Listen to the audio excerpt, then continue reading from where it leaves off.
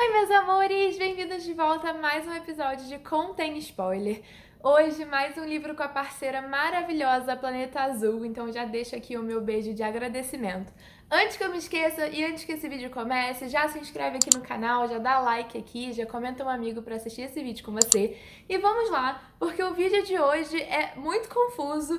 Eu tive que fazer uma colinha pra poder contar pra você, porque são personagens que vão e que voltam, e que morrem, e que reaparecem, enfim. Esse livro é uma viagem. Então vamos lá, porque o livro de hoje é inevitável. A capa do livro, o nome do livro é inevitável.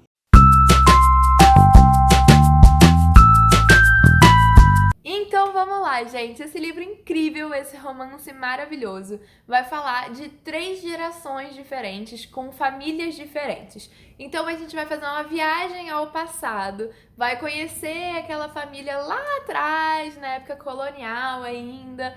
E aí a gente vai conhecer uma família incrível, depois o tempo vai passar mais um pouquinho, a gente vai conhecer outra família, e depois vai passar mais um pouquinho e a gente vai conhecer uma terceira família. Mas todas essas histórias têm um link, são personagens que o tempo todo se reencontram, são amores que começam lá atrás e acompanham os personagens até os dias de hoje. Então, gente, esse livro é recheado de reencontros, é recheado de aprendizados. O livro fala muito sobre espiritismo e não é espiritismo sobre, gente, vamos falar sobre Allan Kardec. Não é isso, apesar dele ter muitas passagens sobre Allan Kardec. O livro fala muito de reencarnação e é por isso que temos 3 gerações diferentes. Então ele fala muito do resgate de algumas dívidas que a gente fez no passado e que a gente deve evoluir para, superar, seguir em frente. O livro fala muito de caridade também, como a gente faz o bem sem olhar a quem. O livro é muito lindo, então ele vai trazer várias passagens maravilhosas, várias lições incríveis de vida.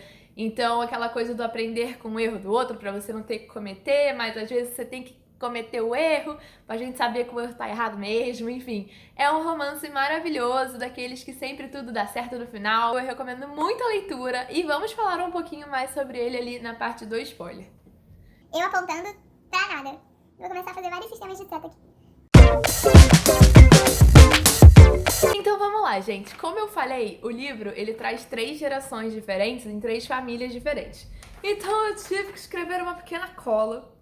E eu vou deixar essa cola passando aqui na tela, porque senão vai ficar um pouco confuso e eu vou ter que consultar essa cola de vez em quando.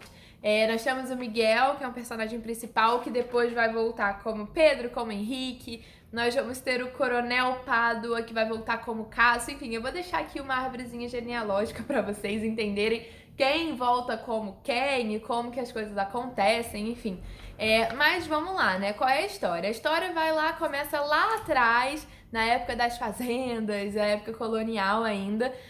Nós temos uma família muito rica, nós temos o Miguel, que é... Qual é o nome dele? Nós temos o Miguel, que é amigo do Emanuel, que eu admito que na hora eu falei, santa criatividade, Batman, para o nome dos personagens. Mas eles são muito amigos, e aí o Miguel acaba casando com a irmã do Emanuel. E o Emanuel é muito egoísta, ele tem muito ciúme, porque o Miguel ele se dá super bem com toda a família logo de cara. E aí o Emanuel, enfim, se afasta da família, comete aí um dos pecados de acordo com, enfim, religiões. Vocês vão ler o livro, vocês vão entender o que ele faz. Porque ele tem ciúme, ele é um cara muito autocentrado, ele é muito egocêntrico, então o Emanuel tem muitos ciúmes do Miguel. E aí o Miguel casa com a... Miguel casa com a Camila. E aí o Miguel casa com a Camila, que é a irmã do Emanuel, e ele fica muito amigo do pai dela, enfim, ele toca os negócios da família, e o pai dela, que é um coronel, é um fofo, o pai dela é um querido, e a mãe dela, né, a mãe da Camila, que é a mesma mãe do Emanuel, já não é tão fofa assim, já é uma mãe muito, bem tipo o Emanuel, sabe, bem autocentrada, bem egoísta, enfim.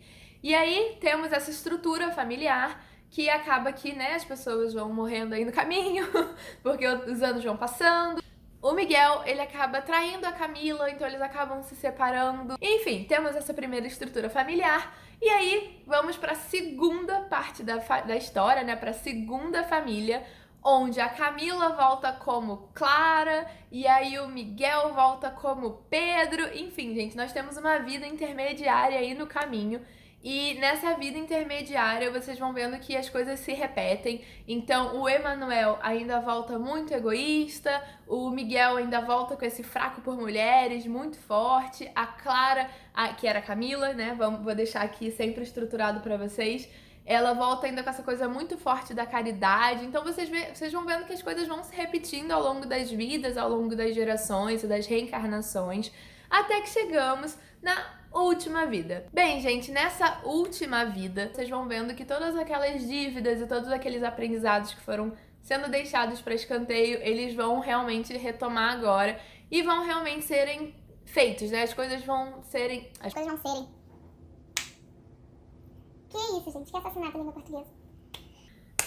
As coisas vão sendo realmente finalizadas e eles vão aprendendo tudo que eles têm que aprender. Então, vamos lá, né, gente? A história, nessa terceira parte, ela é contada através da ótica do Henrique, que é o Pedro, que é o Miguel. Então, ele agora vai ser em primeira pessoa. E eu admito que quando começa esse autorrelato, a história dá uma leve mudada no ritmo, porque até então a história tá frenética. As pessoas estão morrendo, estão nascendo, você tá aqui perdido, você tá escrevendo num papel, tentando acompanhar, a história tá num ritmo muito legal. E aí quando chega nessa parte, ela dá uma desacelerada. E aí eu admito que ficou um pouquinho assim, tipo, caraca, eu senti falta desse ritmo. Porque como ela tava vindo num ritmo muito frenético, tipo eu falando aqui agora no ritmo muito frenético, quando ela dá essa pausa, você sente o impacto de uma narrativa bem mais lenta. E o Henrique vai contar da família dele, enfim, o Henrique vai falar do reencontro com a amada dele. E aí as coisas vão se fechando, os personagens vão realmente zerar as dívidas. Aquela mãe, que é a Maria Barbosa, lá atrás, que foi uma mãe negligente, agora ela é uma mãe que teve que batalhar pelos filhos, teve que batalhar para poder dar uma condição de vida legal. Ela realmente pagou os pecados dela ali, ela realmente entendeu que filho tem que dar amor, tem que dar atenção, você não pode estar muito sempre autocentrada. Então ela meio que paga essa dívida com os filhos. A Clara, que era a Camila, enfim, gente, esses reencontros acontecem, né? E o Henrique, ele que tinha aquele fraco por mulheres, aquele fraco por bebidas, ele agora tá realmente focando nele, então ele fica ele fica divorciado, ele não fica casado, porque ele entende que ele não precisa de uma mulher ao lado dele, ele tem que realmente focar nele, focar bem, realmente no processo dele de autoconhecimento e autodesenvolvimento. Então você vai vendo que o Emanuel, que depois, enfim, vai retomando em algumas partes, ele volta, se não me engano, como pai. Deixa eu conferir. Emanuel volta como Gerson. O Emanuel, que era aquele amigo que, enfim, ficou com muito ciúme e tal, né, do Miguel, ele volta como pai do Miguel agora. Então agora, lembrando aqui a nossa árvorezinha, o Gerson é pai do Henrique, então eles vão voltar ali naquela relação bem... Você vê que no início o Gerson, quando nasce o filho, o homem, ele fica meio assim, ele fica meio com ciúme de ter que dividir a atenção da mulher dele, da filha dele, mas depois eles vão construir essa relação. Então você vai vendo que as coisas vão se fechando e que tem algumas lições que talvez a gente não dê conta aqui nessa vida, mas que a gente vai ter oportunidade de se redimir, pessoas que a gente vai ter que reencontrar para poder fazer a nossa parte, para poder pedir perdão e para poder realmente compensar de alguma forma. Então o livro vai falar muito disso, muito de reencarnações e como as coisas meio que se repetem. Então, pessoas que têm uma forte ligação com o tema vão continuar reencontrando esse tema, tanto positivo quanto negativo. E, gente, é maravilhoso, porque no início você até pode, como fica no ritmo muito frenético, eu tive que fazer uma colinha no papel, mas depois as coisas vão facilmente entrando na sua cabeça. Gente, é um livro que vocês vão se perceber torcendo muito pelos personagens, porque vocês vão acompanhar toda a evolução deles, espiritual, pessoal, enfim, vocês vão... E se torna uma vitória sua, sabe? Quando o Miguel, que virou Pedro, que virou Henrique, finalmente entendeu que ele tinha um problema com mulheres, um vício pelo sexo feminino, que ele tinha que se ficar sozinho, divorciado, enfim, solteiro, pra poder se conhecer, pra poder se conectar consigo mesmo. Cara, você quase solta fogos, você quase tipo, meu Deus, você entendeu, homem, isso aí, entendeu? Caraca, você conseguiu, você evoluiu, deu tudo certo. Acho que eu falei tudo que eu tinha pra falar. Vou colocar novamente aqui a nossa colinha pra vocês darem um print pra caso vocês se percam na leitura, vocês já têm aqui uma colinha pronta pra vocês. Então, momento do print, deixa eu fazer um sorriso bonito.